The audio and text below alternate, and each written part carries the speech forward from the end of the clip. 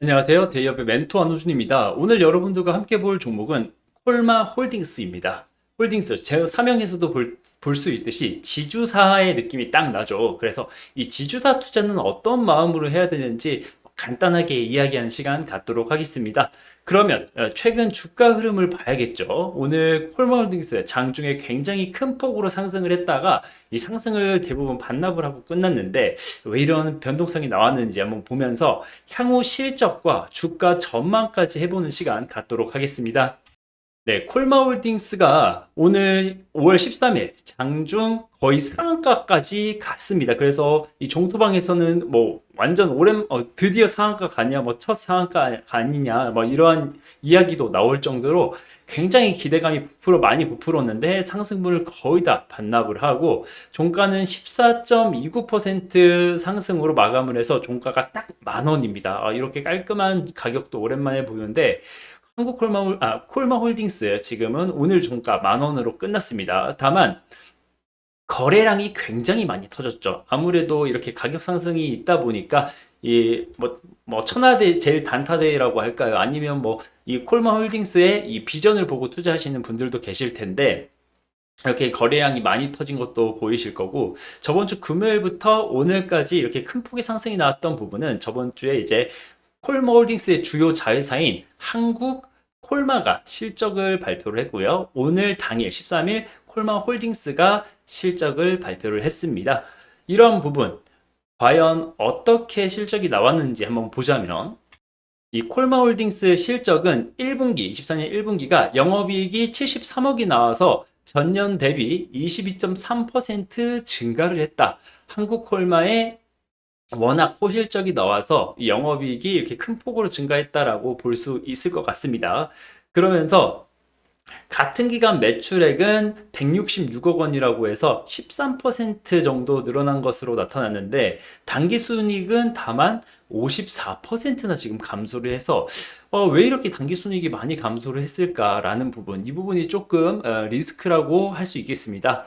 아무래도 최근에 K뷰티의 어떻게 보면 수혜라고 할 수 있죠. K뷰티의 수혜. 그리고 이 주요 자회사인 한국콜마가 화장품 ODM을 하기 때문에 최근 증설이라던가 세종의 이공장으로 그러면서 굉장히 이 한국 K뷰티의 수혜를 온몸으로 받고 있는 한국콜마를 지배하고 있는 한국콜마 홀딩스도 이렇게 매출이라던가 영업이익이 큰 폭으로 증가를 하고 있다라고 보면 되는데 이 단기순이익에 대해서 감소는 제가 오늘보다는 이 다음 영상에서 이 한국콜마홀딩스 지주사 직접 사업을 하진 않는데 왜 이렇게 단기순이익이 많이 줄었나 이 부분에 대해서 조금 더 분석적으로 영상을 전달해 드릴 테니 다음 영상도 일단 관심을 가져주시고요.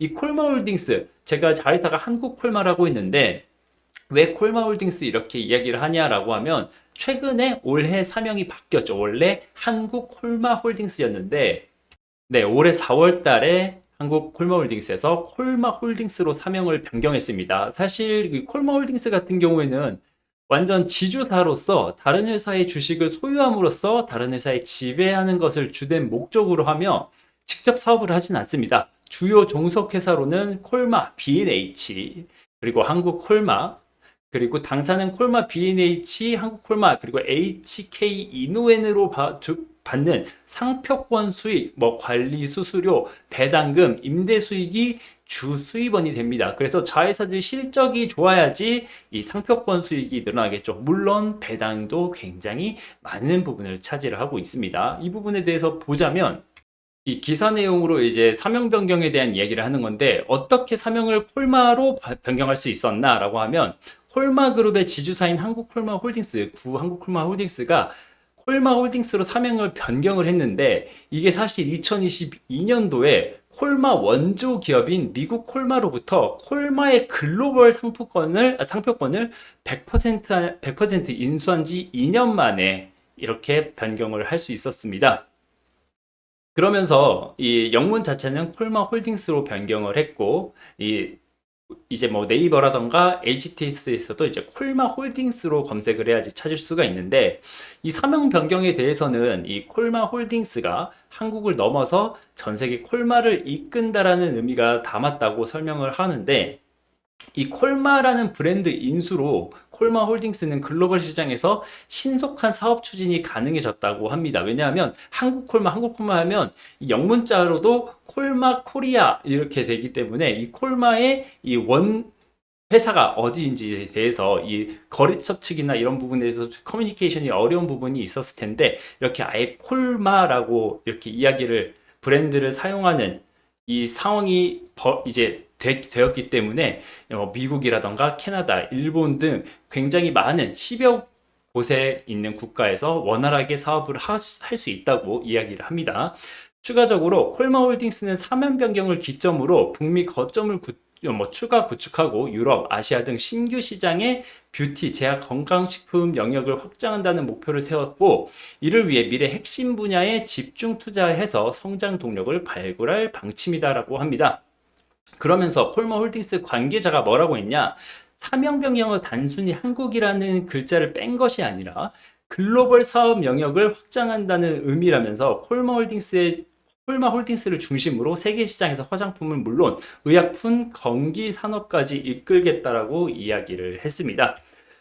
왜냐하면 이 콜마홀딩스 말씀드린 대로 콜마 B&H 그리고 한국 콜마 그리고 HK 이노엔까지, 한국 콜마는 화장품 ODM, 최근에 K뷰티가 굉장히 핫하면서 한국 콜마도 그렇고 하나 실적이 굉장히 잘 나오고 있는 상황이고, HK 이노에는 여러분들 병원 가면 수액을 맞죠.